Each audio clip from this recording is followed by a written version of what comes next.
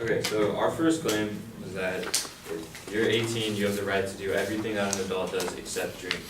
The response to that was that all the different things that they can do, which includes the right to vote, smoke cigarettes, serve on juries, getting married, sign contracts, be prosecuted as adults, and join the military, that they all have nothing in common.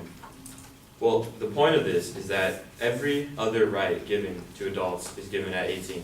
And obviously, the government trusts 18-year-olds enough to vote for the next president and to fight in wars, but they don't trust them enough to drink alcohol. And according to Caleb Daniloff of BU Today, he says that if you take 18 as a clear, bright line that separates adults from non-adults, which the law does in every other aspect, I think you could enforce it more credibly and have more people buy in themselves. But right now, you have a law that nobody respects. So this shows that most people agree that 18 is the right age limit for drinking, and a lot of people, the problems that we're having with underage kids drinking is because nobody respects the law because they don't agree with it. The opposition also says that 18-year-olds, their brains are not developed enough to drink, but obviously the government thinks they're developed enough to go to war and sign legal documents and get married, vote for the next president. Our brains should be developed enough to have a drink every once in a while. Another claim that they had was that traffic-related injuries would occur along with other harm to teenagers.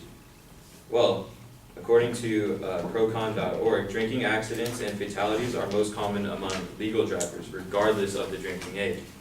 And that if there were any increase in 18 to 20-year-olds at traffic accidents, it would be the same increase that 21 and older would have, because it does not matter the age, it's just when they start drinking.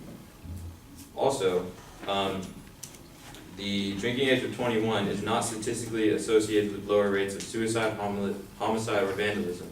In a 2002 meta-study, 72%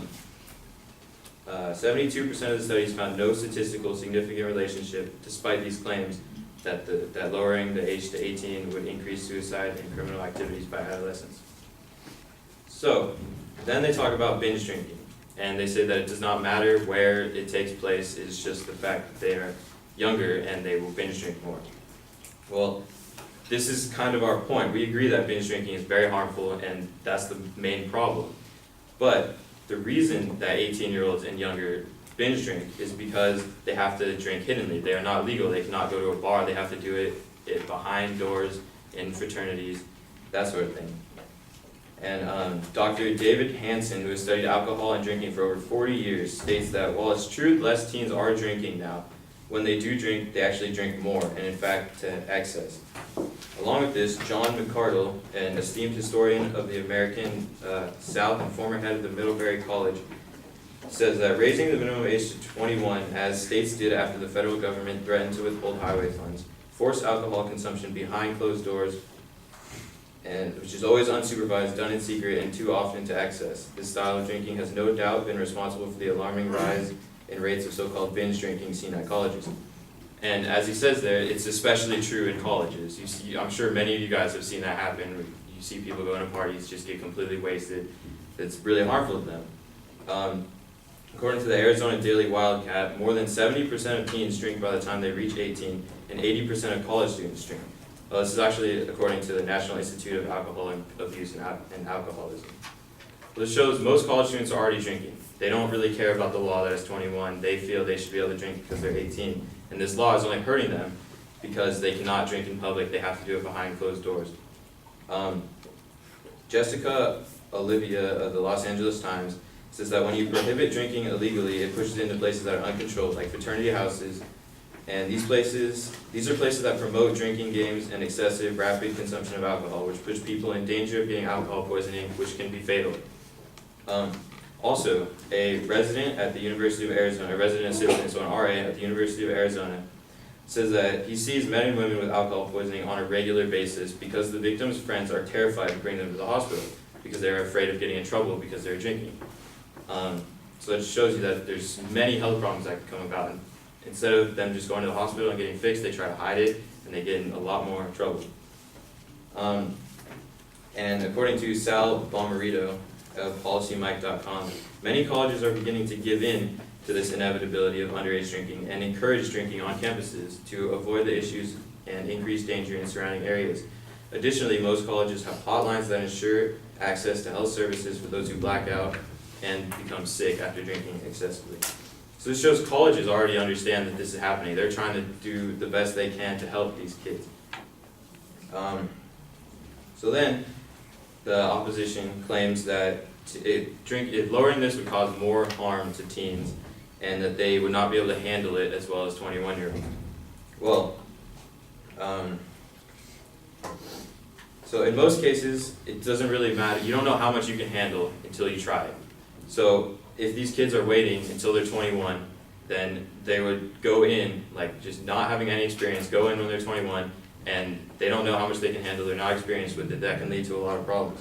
And also, so Cognac.com says that tolerance doesn't come with age, tolerance comes with the realization and responsibility. And there are people that are more responsible at 18-year-olds than there are at some 50-year-olds. But also, the claim that traffic accidents can occur more is not true because there are fewer drunk driving traffic accidents and fatalities in many countries with the drinking age at 18. And also, according to procon.org, traffic accidents and fatalities are most common among newly legal drinkers, regardless of the drinking age.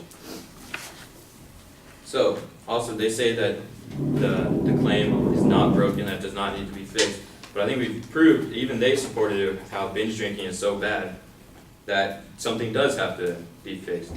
And all other countries, pretty much, except there's only 4 countries in the entire world that have the drinking age at 21 or older, and the U.S. is one of them. And like my partner said, the average minimum legal drinking age around the globe is 15.9. The majority of countries have set the drinking age at 18, and in 50 countries, it's even lower than 18. So it shows all these other countries agree it's the right thing to do, except the U.S. Also, internationally, the average age at which drinking alcohol first occurs is 12 years old, and about 80% of young people begin drinking alcoholic beverages regularly at age 15 or younger, according to the World Health Organization. So, other countries know that there's a problem with keeping the drinking age to 21. They agree that all these problems would be solved if it was 18, some even lower. So, if we change our drinking age to 18, these problems with binge drinking and the inequality it creates among the 18-year-olds will be fixed.